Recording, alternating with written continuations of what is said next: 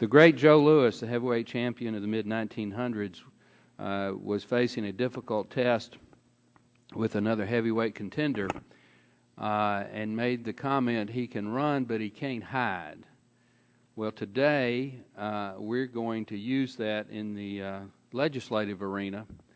The Environmental Protection Agency and the Obama administration have decided, basically just because they have the ability to decide as the executive branch, that they want to put the American economy in a straitjacket and cost us millions of jobs and hundreds of billions of dollars a year with these greenhouse gas regulations. They couldn't get it through the legislative process. The Markey Waxman bill in the last Congress barely passed the House, and it did not go anywhere in the Senate. So they've tried to do it by a regulatory approach. It's not going to work.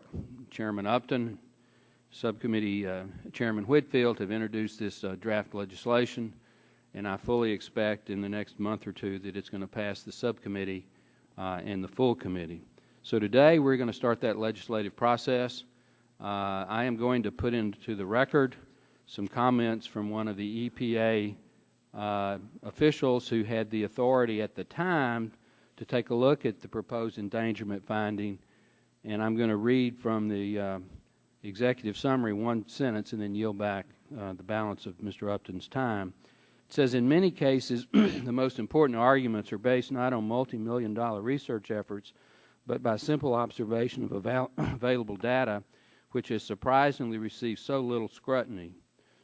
In the end, it must be emphasized that the issue is not which side has spent the most money or published the most peer-reviewed papers.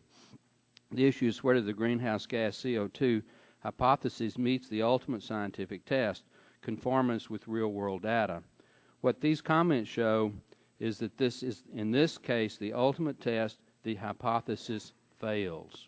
That's why we've put this legislation forward, and that's why at the appropriate time it is going to pass and go to the House floor. With that, I yield back.